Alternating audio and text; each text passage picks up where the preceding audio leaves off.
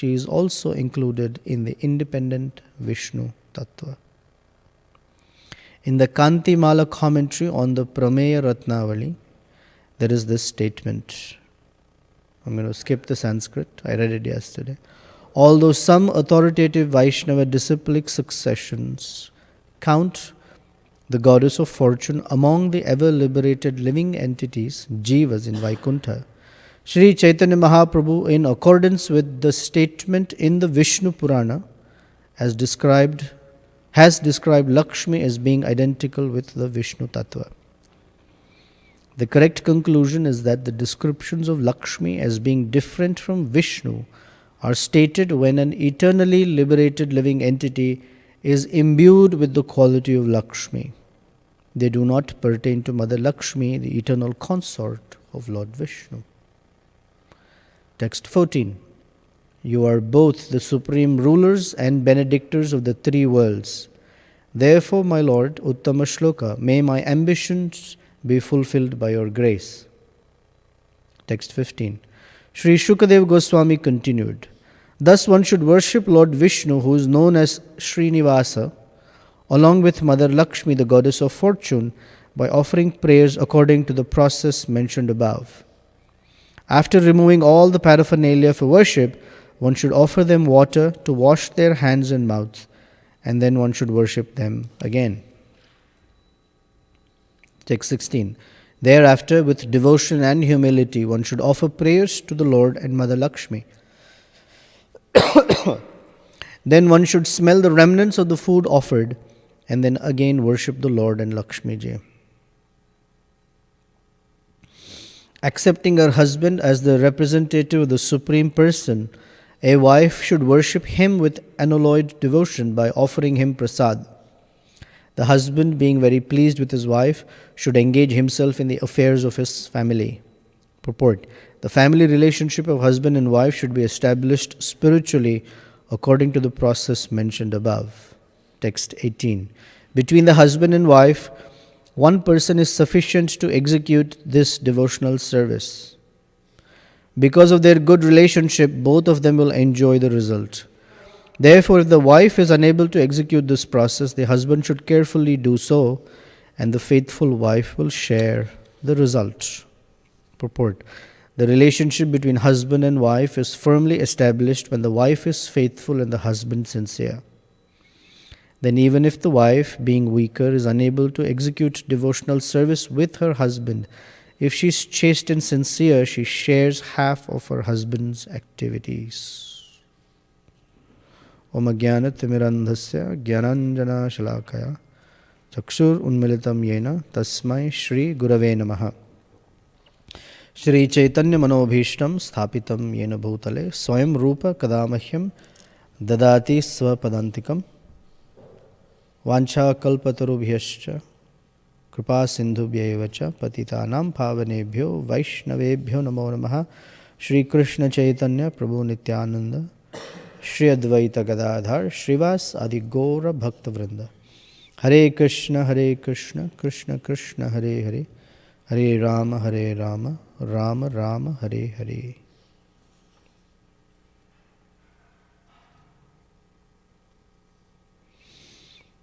Okay.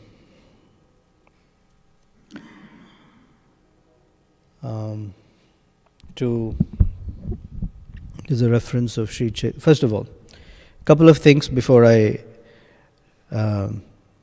share something from the Sri Chaitanya Charitamrita. In the purport, Srila Prabhupada quotes Sri Madhvacharya that Vishnu is described as Yagya and Lakshmi Devi is described as spiritual activities and the original form of worship. In fact, they represent spiritual activities and the super soul of all Yagya. Lord Vishnu is the super soul of Lakshmi Devi, but no one can be the super soul of Lord Vishnu, for Lord Vishnu himself is the spiritual super soul of everyone. There's an interesting reference here. Why it's interesting for me, I'll explain.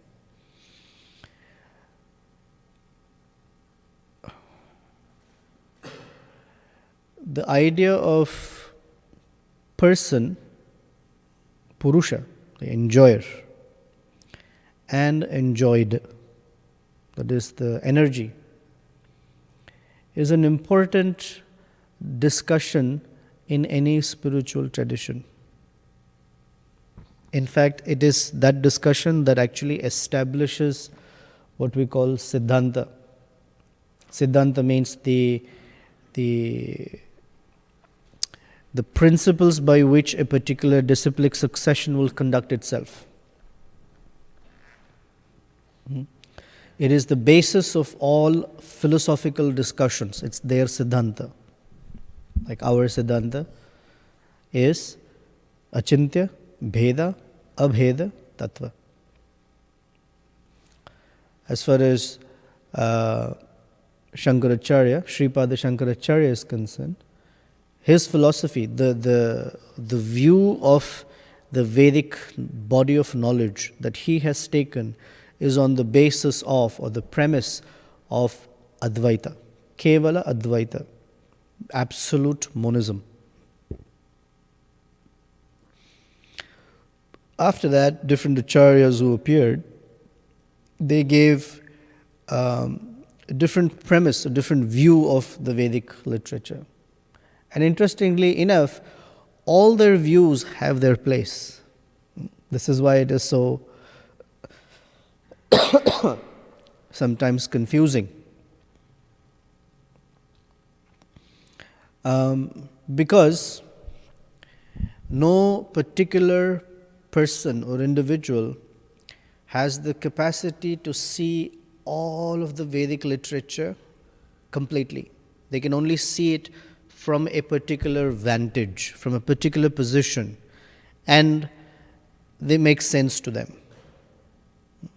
So, for example, it's the same body of knowledge anyway, right? It's not like Sripada Shankaracharya had a different set of texts, or Ramanujacharya had different texts, or Madhvacharya had, but it's according to their realization. And each of their realization brings them to a particular place by which things make sense for them. So Sripada Shankaracharya, he took the point of absolute monism. Everything is one. And it is true in one sense, because if you consider Brahman as the absolute truth, then everything is one. Just as within Brahman there is variety, but if you're only focusing on Brahman as your ultimate objective, everything is one. Everything is spiritual. There is no concept of material, and it's all one. There is no variety, there is no form, no gunas, nothing. It's free of all that. It's a state of neutrality. And yeah, it makes sense. It makes sense for that view, and it makes sense for that goal. The next Acharya takes it further in terms of refinement. So, for example, Madhvacharya, Sripada Madhvacharya, if you see any picture of Madhvacharya, all his pictures are like that. There's no other picture of Madhvacharya. It's all like that. It's not like the piece there. But he was such a proponent that there is always two. There's difference. He called it the Dvaita. Dvaita philosophy. No, always two.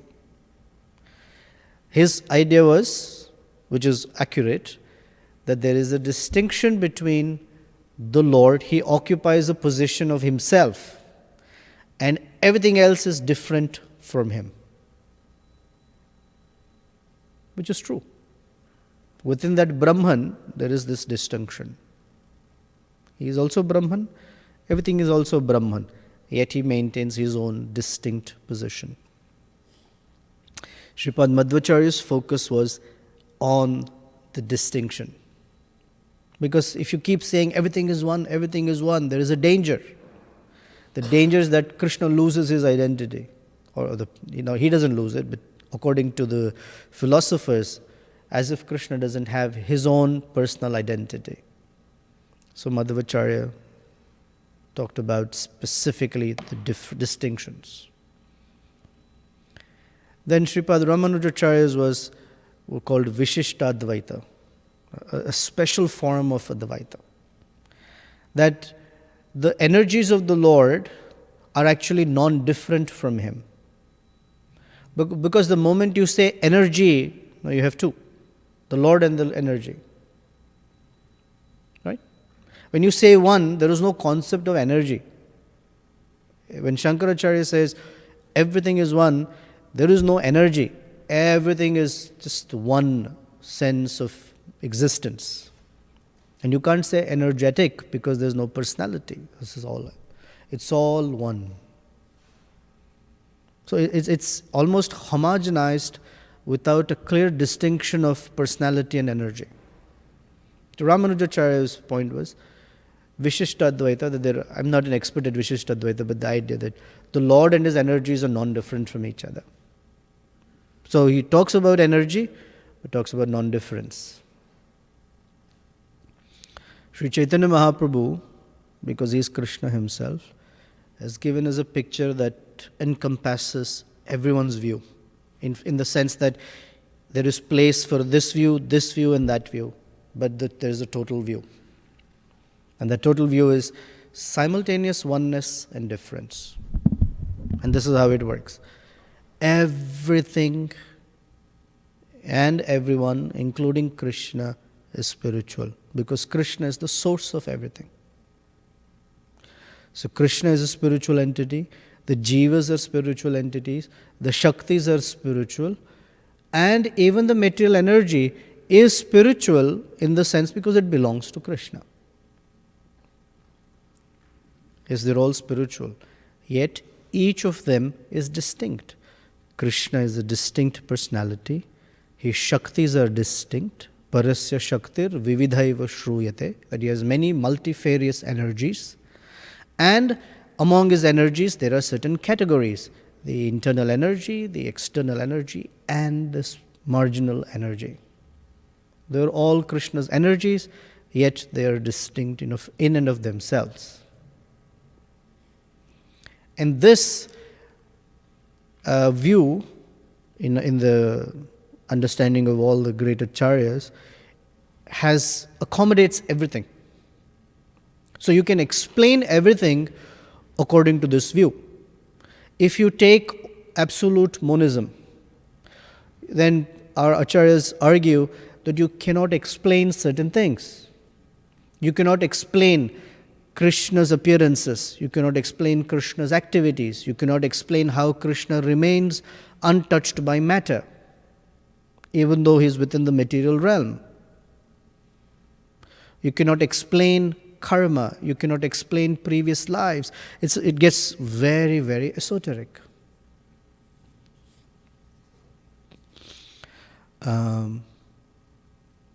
You can't explain how the varieties continue to exist even after jnana. For example, if a Mayavadi, or we say an impersonalist, who has attained full knowledge that everything is Brahman, still within this world has to operate on the basis of distinctions. There's a door and there's a wall. They will have to walk through the door. There is rice and there is chapati. They're all not the one. In fact, there is food and there is stool. Right? The Prabhupada would argue, if everything is one, why do you put your food from here and not from here? Prabhupada asked. Someone said, Swamiji, in the ultimate issue, isn't everything one? Prabhupada caught that student's collar. This was at MIT, and said, everything is one, everything is one. Why are you wearing a shirt? Why not a cotton ball? Because there is distinction. Of that indistinguishable entity, there are distinctions. Vadanti tattva vidas tattvam yad jnanam advayam. That one indistinguishable entity is known as Brahman, Paramatma and Bhagavan. So within each realm of understanding, there are details while maintaining the oneness. oneness and difference simultaneously. Very important for us to know this, because everything in our life is conducted by that oneness and difference. If that were not there, so here's the danger. Suppose we say everything is one. Absolute monism. I am Krishna, is what people will say. I am God. So then there is no meaning of bhakti. Bhakti is just a stepping stone for me to understand I am God. I don't need to worship anyone. I am worshipping myself because I am the Supreme. That's the danger. If there is such distinction, absolute distinction between Krishna and the energies, then the energies cannot approach Krishna, because they are in two different categories. Just as we say, no, we cannot become Lord Shiva. This is a different category. But there has to be that connection of distinction and oneness. Then bhakti has meaning. Because rasa, Prabhupada describes, is only exchanged among entities of the same species. You cannot exchange rasa otherwise. You cannot exchange loving activities across species. Now one might say, well, I see I throw a bone to my dog and he really laps it up, he licks my face and I lick his face back.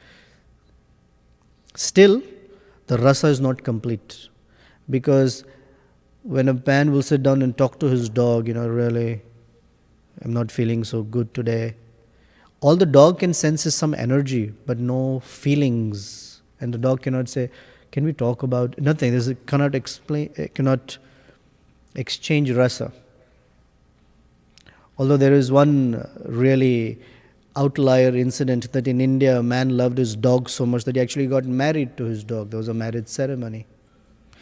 I mean, these are all externalities. It doesn't make any sense. But what is the dog going to cook for him? Is the dog going to sit down and start a family for him? It's not. You can't exchange rasa. So unless we and Krishna are of the same species, we cannot. The same species that we are both spiritual. Because he is spiritual, we are all spiritual. He is infinite and we are infinitesimal, and therefore we serve him. And so when we talk about the Lord as the super soul or the yagya, the enjoyer, and all activities as Lakshmi Devi, the one giving the pleasure, then it makes sense that all our activities, we say, are conducted. We also use language like that, a little different though. We say that all activities of bhakti are conducted under the jurisdiction of the internal potency of Krishna. Right? We say those things. And that internal potency, those activities which give pleasure to Krishna, is Srimati Radharani. So all activities of bhakti are conducted under the jurisdiction of Srimati Radharani. So that statement here, that Vishnu is described as yagya personified. Because as yagya, he enjoys all the offerings. And all the activities that go into that offering is Lakshmi Devi, the energy. The simple understanding is, the energies are meant for the enjoyment of Krishna. Everything is meant for the enjoyment of Krishna. Bhoktaram yagya tapasam sarva loka maheshwaram. It's important. Everything is meant for Krishna's enjoyment. And therefore everything that falls in the category of enjoyed is Lakshmi Devi. Because all those are opulences by which Krishna enjoys. Or all those are opulences that Krishna enjoys. Everything is Lakshmi. Because it's an opulence. Wonderful grains, wonderful vegetables, silken cloth, fire, the different ingredients, the jewels, the fruits, the mantras, the Brahmans, the whole activity itself. They're all used for the enjoyment of Krishna. So the reference of this verse in the Bhagavad Gita that appears, 4:24, is used both by the impersonalists and the devotees, because we all use the same reference. Brahmarpanam, Brahmahavir, Brahmagnav, Brahmanahutam, Brahmaiva tena gantavyam, Brahma karma samadhina. The prefix word Brahma appears because Krishna says that any activity within the transcendental realm is transcendental. And although there may be ingredients, Brahma Arpanam, the act of offering, Brahmagnav, the fire, Brahmahavi, the butter, the brahmanas, everything, because it is used for yajna, they're all spiritual.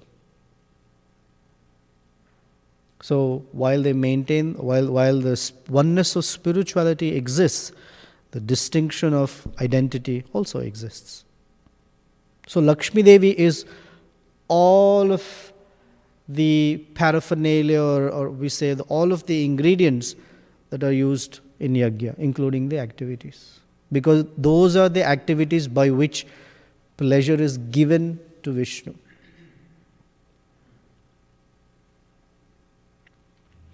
The interesting thing for me is this, that in the Prameya Ratnavali, which is a commentary by Baladev Vidyabhushan. Baladev Vidyabhushan was a student of the Madhvacharya line. So here Prabhupada writes, however, which means our view is different.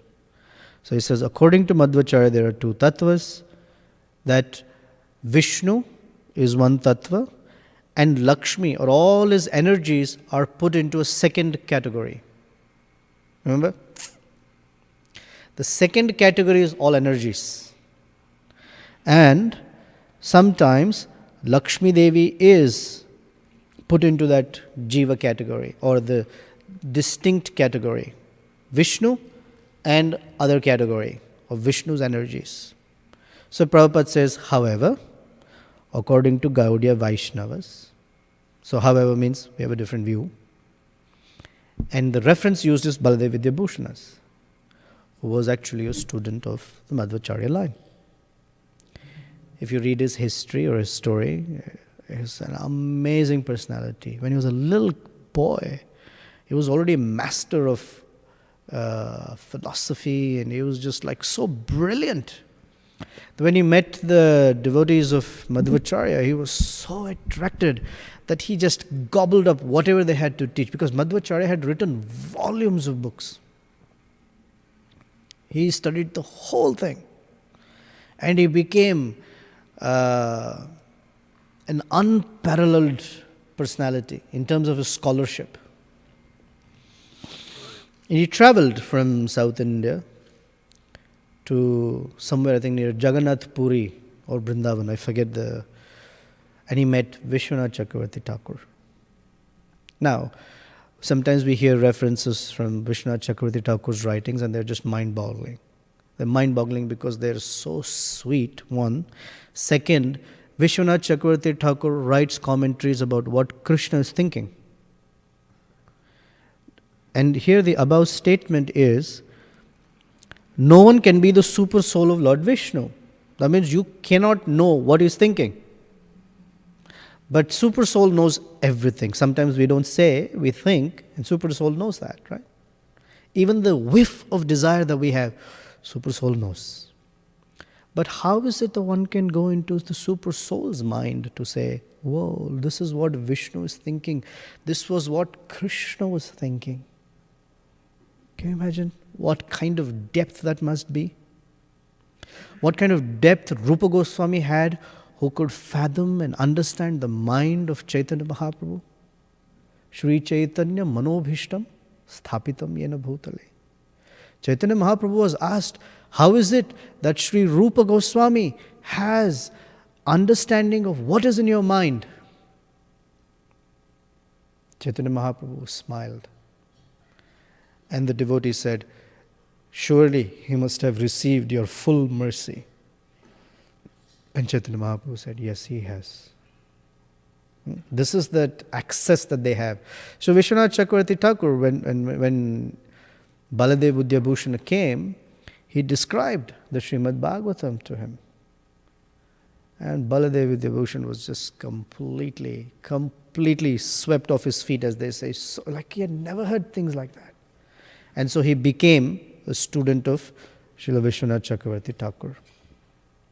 And therefore in his Prameya Ratnavali, his references are all the basis, or are all on the basis of Sri Chaitanya Mahaprabhu's teachings. So his commentary on the different texts of the Puranas, Vishnu Purana, etc., is all on the basis of Chaitanya Mahaprabhu's teachings. Therefore, in this reference, it says, Praha Shishyan Prabhur Mahan. Praha means spoke. Shishyan, to his disciples or followers, Prabhur Mahan, Mahaprabhu, Sriman Chaitanya Mahaprabhu.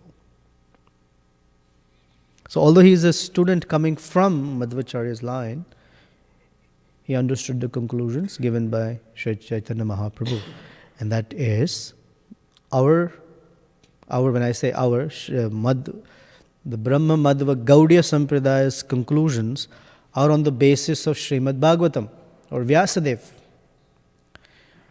So we say this Achintya Bheda Bheda Tattva is called, or another name for it is Vyasadeva's philosophy called Shakti Parinama Vada.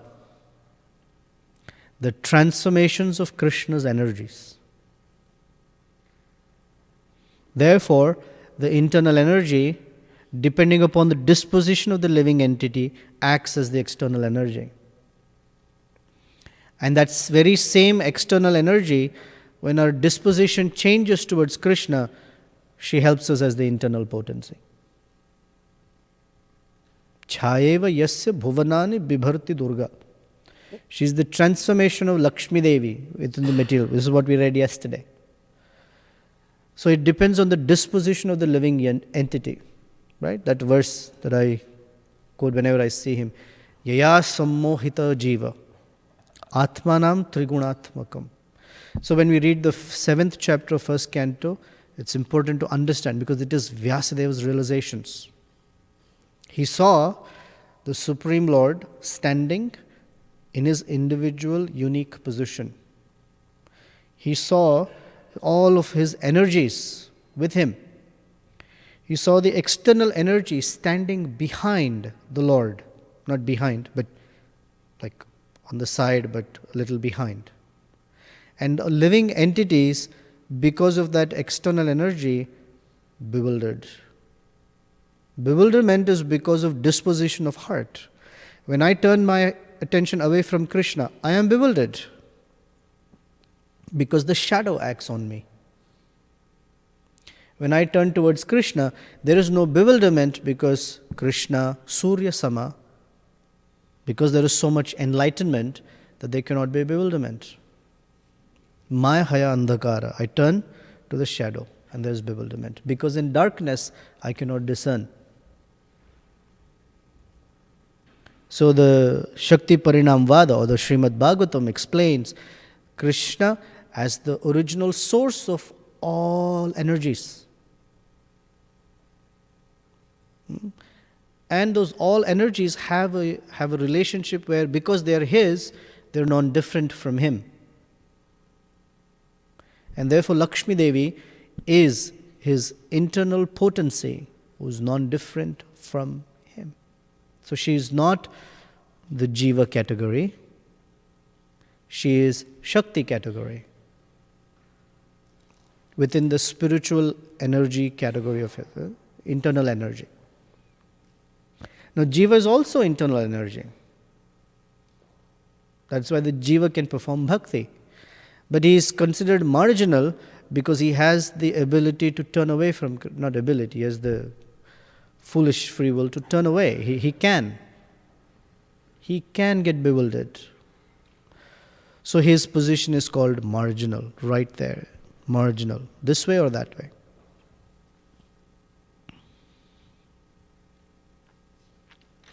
So I'm going to refer to Chaitanya Charitamrita Madhya Leela, the discussion between Sri Chaitanya Mahaprabhu and Sri Venkata Bhatta. Okay? And this is a joking conversation. Madhya Leela chapter 9, text 108. 108. Sri Chaitanya Mahaprabhu remained at the house of Venkata Bhatta and constantly talked with him about Lord Krishna. In this way, he was very happy. Being a Vaishnava in the Ramanuja Sampradaya, Venkata Bhatta worshipped the deities of Lakshmi and Narayana. Seeing his pure devotion, Sri Chaitanya Mahaprabhu was very satisfied. Constantly associating with each other, Sri Chaitanya Mahaprabhu and Venkata Bhatta gradually developed a friendly relationship. Indeed, sometimes they laughed and joked together. Sri Chaitanya Mahaprabhu told the Bhattacharya, "Your worshipable goddess of fortune, Lakshmi, always remains on the chest of Narayana, and she is certainly the most chaste woman in the creation." So remember, we've been talking about she residing on the chest of Narayana. In today's reading, text number 15, he is called Srinivasa. Shri is Shri Lakshmi Devi. Nivasa means the abode or the resting place of. So Srinivasa means where Lakshmi Devi is on the chest of the Lord. Next, however, my Lord is Lord Shri Krishna, a cowherd boy who is engaged in tending cows. Why is that?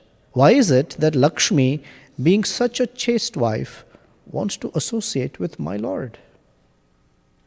¿Qué pasa? Just to associate with Krishna, Lakshmi abandoned all transcendental happiness in Vaikuntha and for a long time accepted vows and regulative principles and performed unlimited austerities. And Chaitanya Mahaprabhu quotes this verse from the prayers of the wives of Kalya. Chaitanya Mahaprabhu then said, "O Lord," this is quoting that verse, "we do not know how the serpent Kalya attained such an opportunity to be touched by the dust of your lotus feet. Even the goddess of fortune for this end performed austerities for centuries, giving up all other desires and observing austere vows. Indeed, we do not know how the serpent Kalya got such an opportunity." Venkata Bhatta then said, "Lord Krishna and Lord Narayana are one and the same. But the pastimes of Krishna are more relishable due to their sportive nature." Then he quotes, then Venkata Bhatta is speaking, "Since Krishna and Narayana are the same personality, Lakshmi's association with Krishna does not break her vow of chastity. Rather, it was in great fun that the goddess of fortune wanted to associate with Lord Krishna." Venkata Bhatta continued, "According to transcendental realization, there is no difference between the forms of Narayana and Krishna. Yet, in Krishna there is a special transcendental attraction due to the conjugal mellow, and consequently he surpasses Narayana." This is the conclusion of transcendental mellows.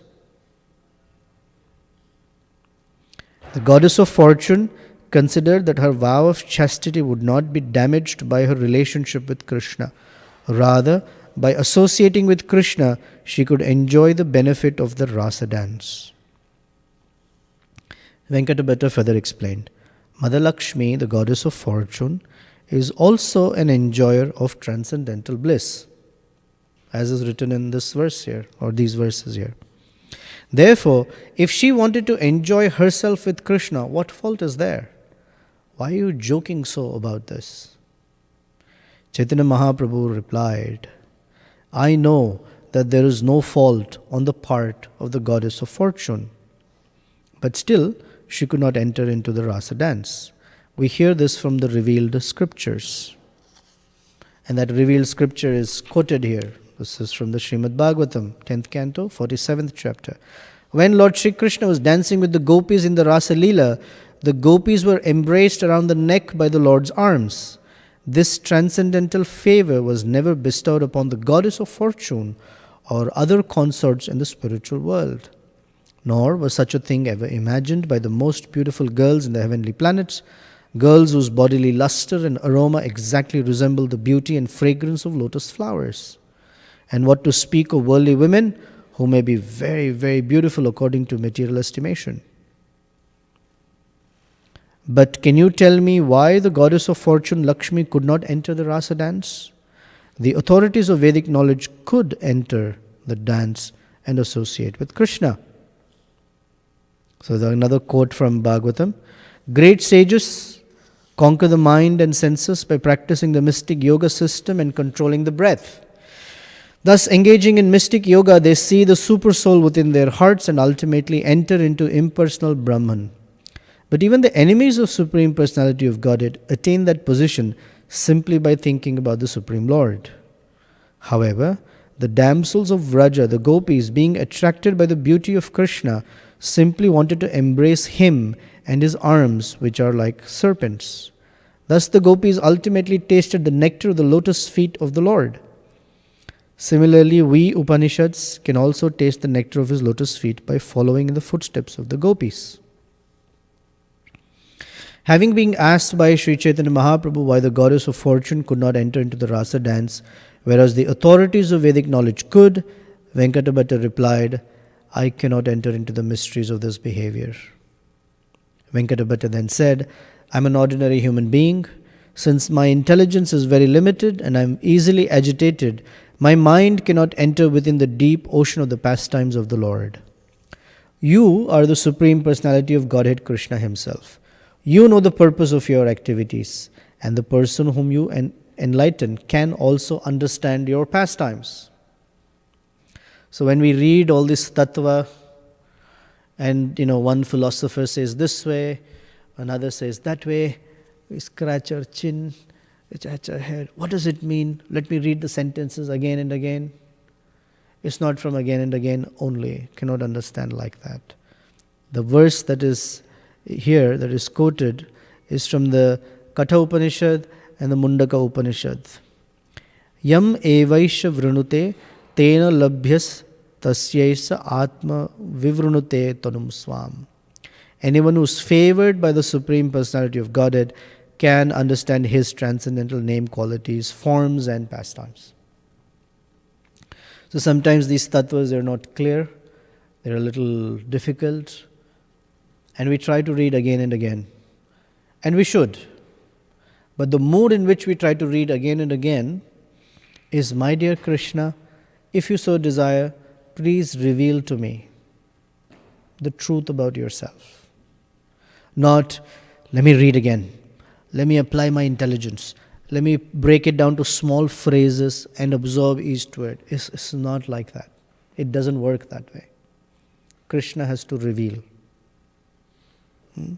Because we know, Panthastu Koti Shatavatsara Sampragamyo. One can, for thousands of years, try to figure it out. It doesn't work that way. One has to read them again and again in a prayerful mood. My dear Krishna, if you so desire, please reveal to me so that I can show off to the other devotees. Please reveal to me so that I might serve you properly. The Lord replied, Lord Krishna has a special characteristic.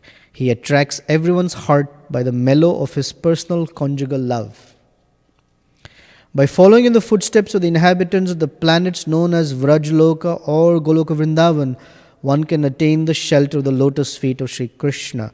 However, in that planet, the inhabitants do not know that Krishna is the Supreme Personality of Godhead. They sometimes may accept him as a son and sometimes bind him to a grinding mortar. Sometimes someone else may accept him as the intimate friend and, attaining victory over him, playfully mount his shoulders. The inhabitants of Vrajabhumi know Krishna is the son of Maharaj Nanda, the king of Vrajabhumi, and they consider that they can have no relationship with the Lord in the rasa of opulence. One who worships the Lord by following in the footsteps of the inhabitants of Vrajabhumi attain him in the transcendental planet of Vraja, where he is known as the son of Maharaj Nanda. Chaitanya Mahaprabhu then quoted, "The Supreme Personality of Godhead, Krishna, the son of Mother Yashoda, is accessible to those devotees engaged in spontaneous loving service, but is not as easily accessible to mental speculators, to those striving for self-realization by severe austerities and penances, or to those who consider the body the same as the self." The authorities in the Vedic literature, who are known as the Shruti Ganas, worshipped Lord Krishna in the ecstasy of the gopis and followed their footsteps. The personified authorities on the Vedic hymns acquired bodies like those of the gopis and took birth in Vrajabhumi. In those bodies, they were allowed to enter into the Lord's Rasa Leela dance. Lord Krishna belonged to the cowherd community, and the gopis are the dearmost lovers of Krishna. Although the wives of the denizens of the heavenly planets are most opulent with material world, neither they nor any other woman in the material universe can acquire Krishna's association. The goddess of fortune Lakshmi wanted to enjoy Krishna and at the same time retain her spiritual body in the form of Lakshmi. However, she did not follow in the footsteps of the gopis in her worship of Krishna. Vyasadeva, the supreme authority on Vedic literature, composed the verse beginning Nayam Sukhapa Bhagavan, because no one can enter into the Rasa Leela dance in any body other than that of a gopi. Before this explanation was given by Sri Chaitanya Mahaprabhu, Venkata Bhatta thought that Sri Narayana was the Supreme Personality of Godhead. Thinking in this way, Venkata Bhatta believed that worship of Narayana was the supreme form of worship, superior to all other processes of devotional service, for it was followed by Sri Vaishnava disciples of Ramanujacharya. Sri Chaitanya Mahaprabhu had understood this misconception of Venkata Bhatta's, and to correct it, the Lord talked so much in a joking way. The Lord then continued, "My dear Venkata Bhatta, please do not continue doubting. Lord Krishna is the Supreme Personality of Godhead, and this is the conclusion of the Vedic literature.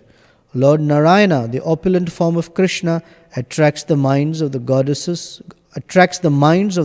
of fortune and her followers. All these incarnations of the Godhead are either plenary portions or parts of the plenary portions of the Purusha avatars, but Krishna is the Supreme Personality of Godhead himself. In every age, he protects the world through his different features when the world is disturbed by the enemies of Indra." It talks about 4 distinct qualities of Krishna.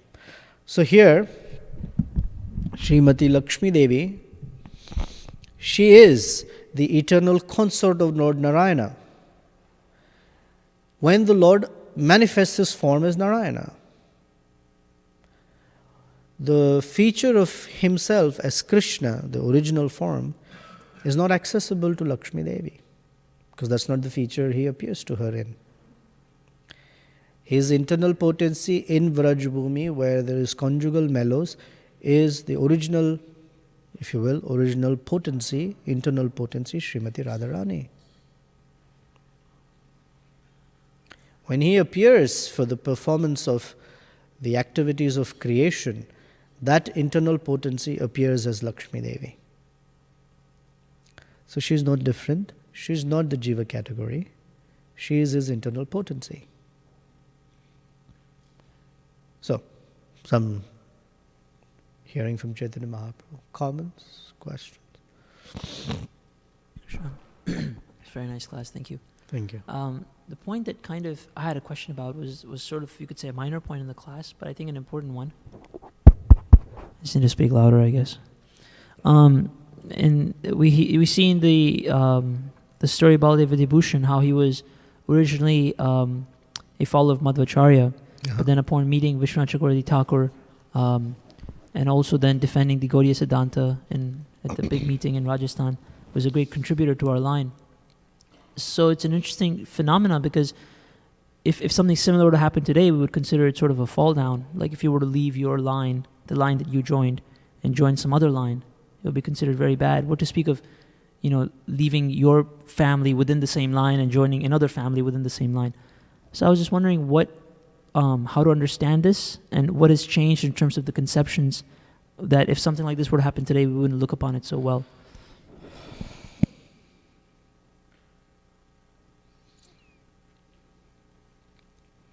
in my understanding, these are great personalities.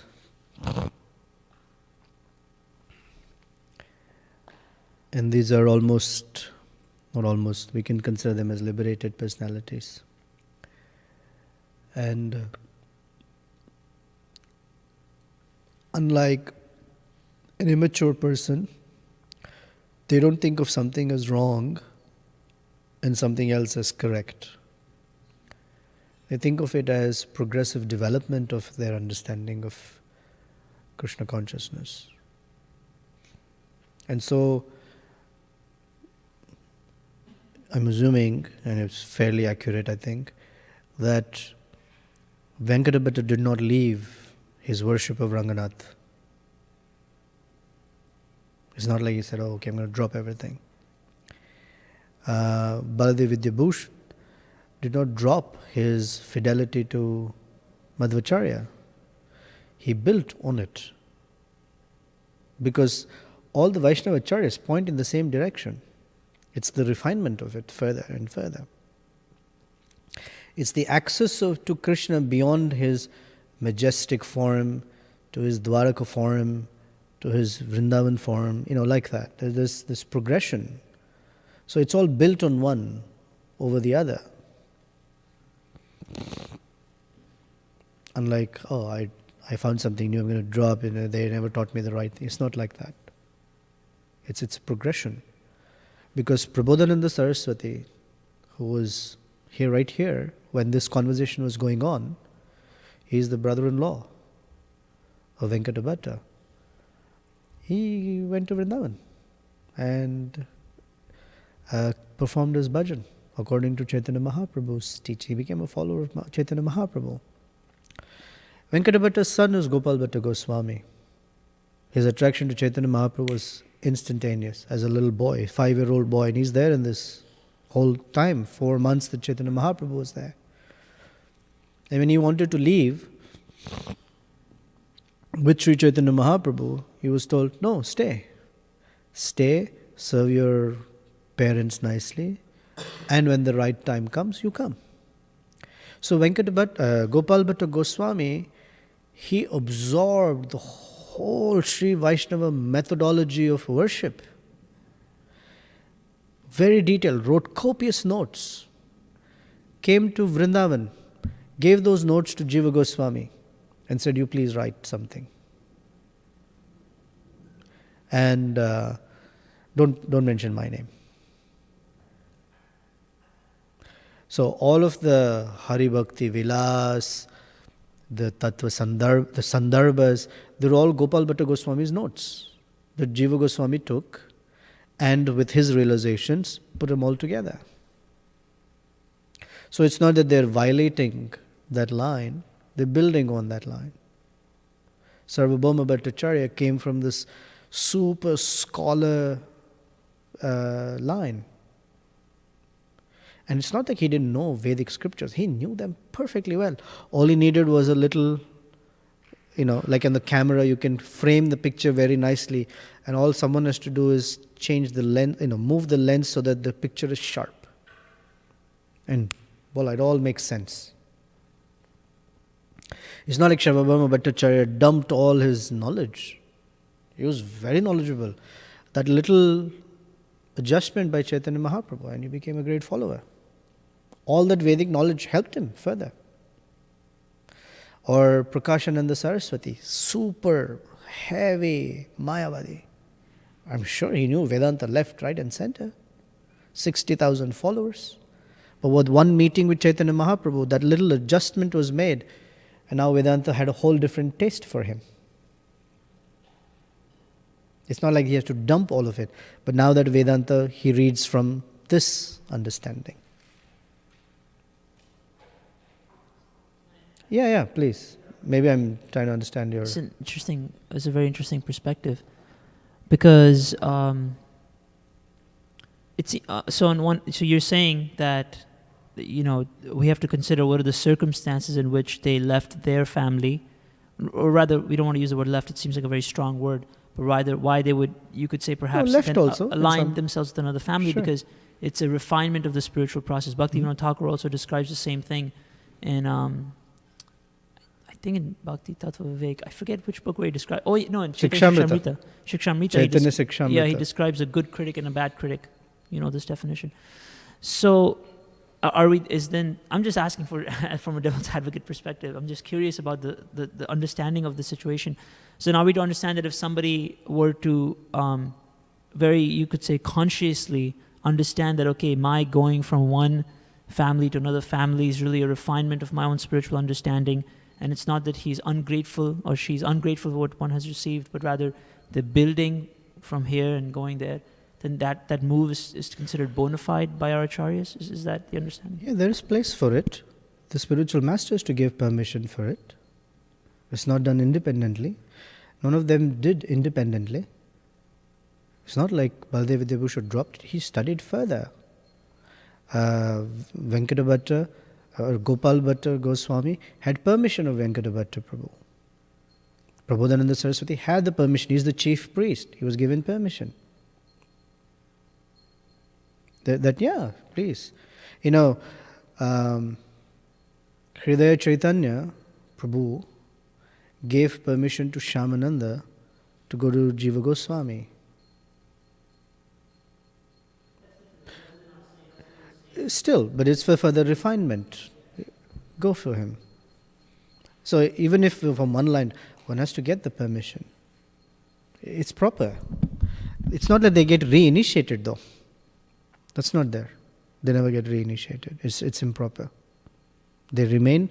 Once they take that initiation, they're in that line, initiated. Generally, even in contemporary situations, if someone's initiated in Sri Vaishnava tradition, if they have to be initiated in Gaudiya Vaishnava tradition, they have to get an explicit permission from that guru. They can't just do it.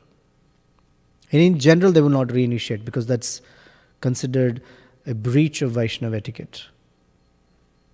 The spiritual masters have to discuss. Is this all right with you? Is it necessary for this devotee? Like that. They have to get permission.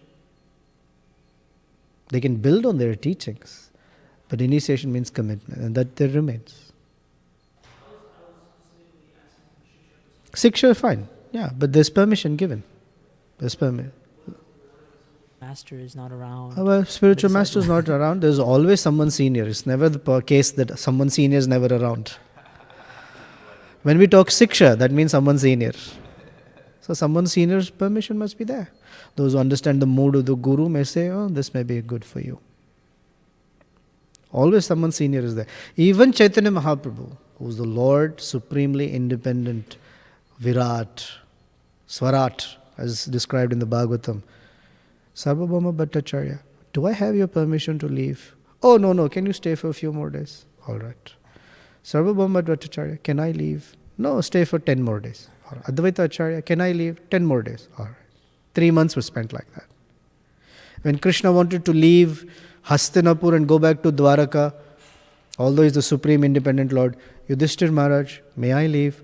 No. Can you stay? What will happen to us? All right, I'll stay for some more time. Yudhishthir Maharaj, may I leave? No. How can you go? What will happen to us? Okay, I'll stay.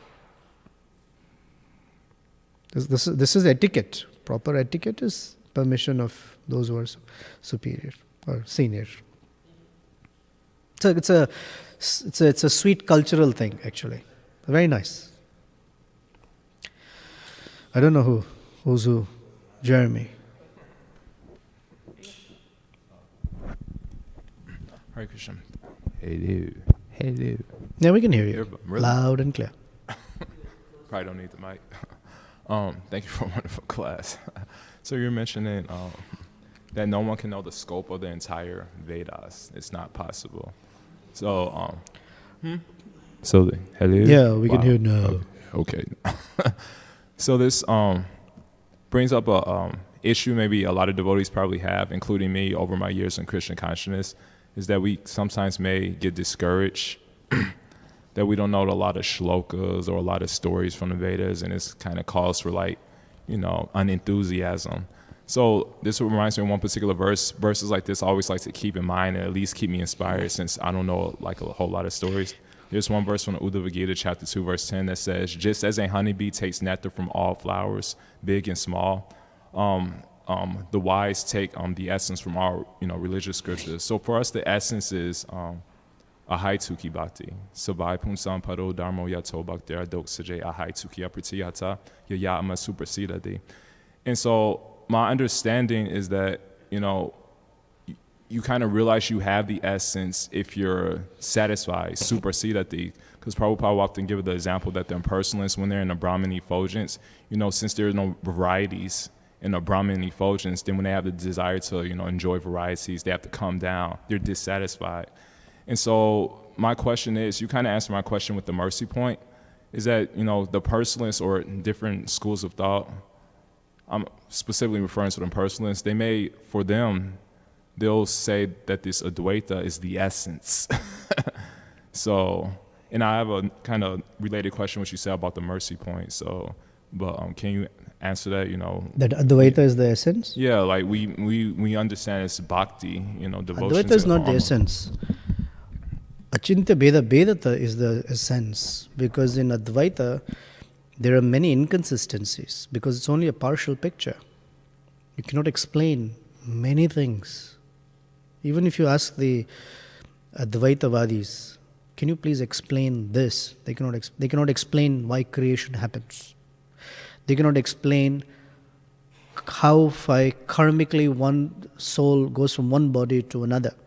You can't explain in a very satisfactory manner because for them it's all a dream anyway. So I'm dreaming that I'm a man.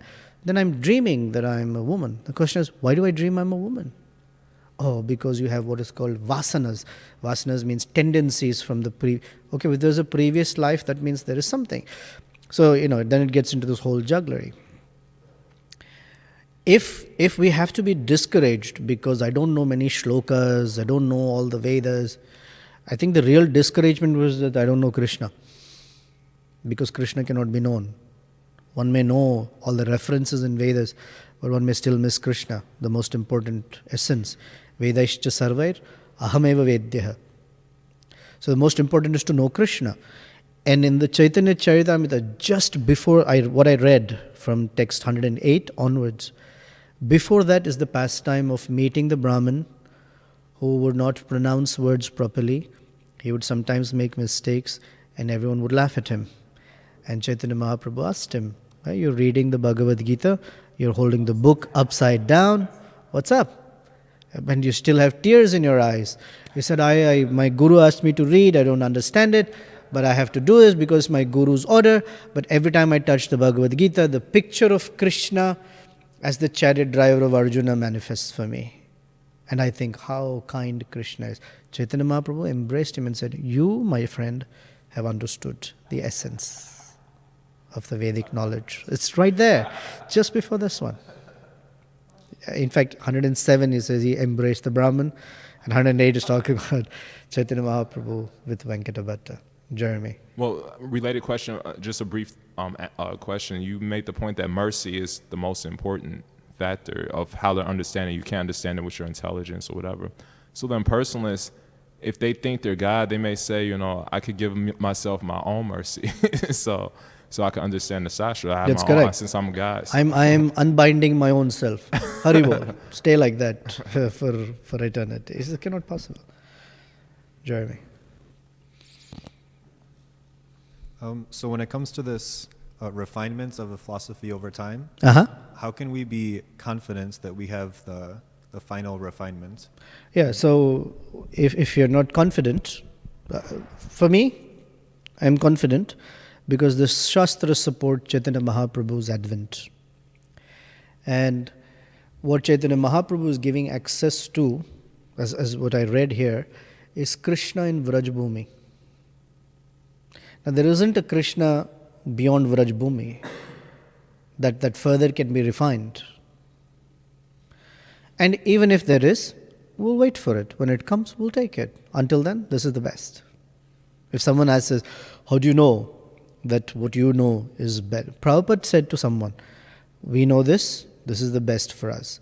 If you can come up with something better, we'll go with that one. Till then, you follow us. That was once an argument with them.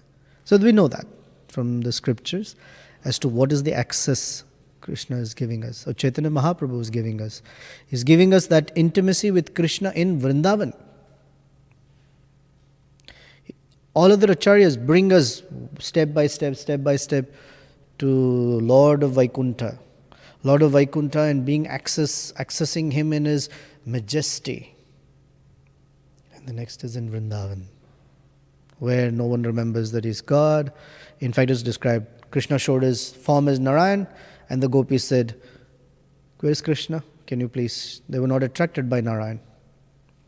The two verses were that all of Lakshmi and her followers, they're attracted by Krishna. All the gopis in Vrindavan, they're not attracted by Narayan, because even when Krishna manifested Narayan form, they said, oh my dear Lord Narayana, where is Krishna? Can you please show us Krishna? In that sense. So no one has ever gone beyond, my dear Krishna, can you show me? There isn't, because he's the original form of the Lord. That sweet form of the Lord. So then when it comes to the previous refinements, were they enough for the disciples of those acharyas to achieve liberation? You have to understand it in the context that all these acharyas, they are offering the refinements ultimately for the glorification of Chaitanya Mahaprabhu, who has to come and put all of them together. I mean, I'm going to make it very mundane for a moment, but not that Chaitanya Mahaprabhu is like that. Let's say there's a chef du jour, right? He's the person who's to put it all together. But there are so many assistants who can take a, black, ugly-looking potato, let's say, wash it up, peel it, nicely cut it, dice it, or whatever they have to do with it and keep it ready. That's a refinement of the potato. But the chef du jour has to come and make something fantastic out of it. In that sense, Chaitanya Mahaprabhu, who's the crown jewel of all acharyas, because he's Krishna himself, brings all of them together. So there is place for monism, not that it's not there. Because we say abheda, there is oneness. There is difference. There is simultaneous oneness and difference. And all of them fit right in. And with that, he gives access to Krishna in Vrajabhumi. Like that. So it's a glorification of Chaitanya Mahaprabhu that the acharyas contribute. Because in the book, Navadvip Dham Mahatmya, Bhaktivinoda Thakur gives all the details of how each of these acharyas met Chaitanya Mahaprabhu way before Chaitanya Mahaprabhu's advent. He met Ramanujacharya, he met this, and told them, you will participate in my pastimes. Okay, anyone else? Final? Hare Krishna. Hare Krishna. I have a question about the Lakshmi Devi being the internal potency. A lot of people have questions about Lakshmi Devi because she's the one.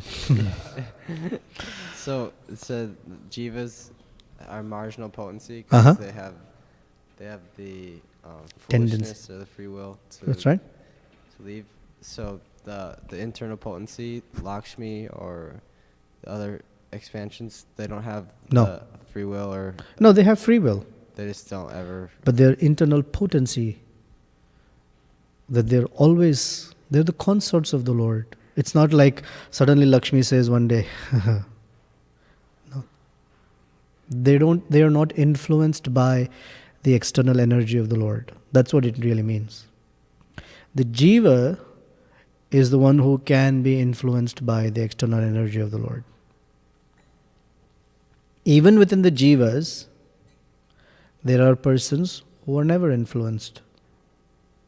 In the Bhagavad Gita, Krishna says, Dva vimau purushau loke ksharaschakshara evacha ksharas sarvani bhutani kutastokshara uchyate. That even in this realm there are two. One that can be bewildered, or kshara who can fall, and one who doesn't. And the others, so even there are many. We're only a few. There's unlimited who never are influenced. But there is always what we say, they can be influenced. Not that they are, they can be. They may be because of their marginal position. Justin, you want something? Right? Okay, thank you. Srila Prabhupada ki jai, Srimad Bhagwatam ki jai.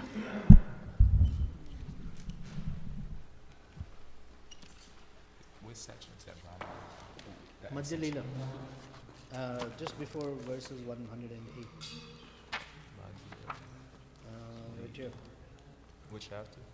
Madhya Leela, chapter 9. 9:107. I'll just write it. I'll tell you, right here. 107. Huh. Well, the first word. I'm just Brahmacharya, writing the last words. Brahmacharya meeting. Here. 97. 97. Okay, cool. Actually, a little before that. I can look. All right, thank you. 93 onwards. Okay.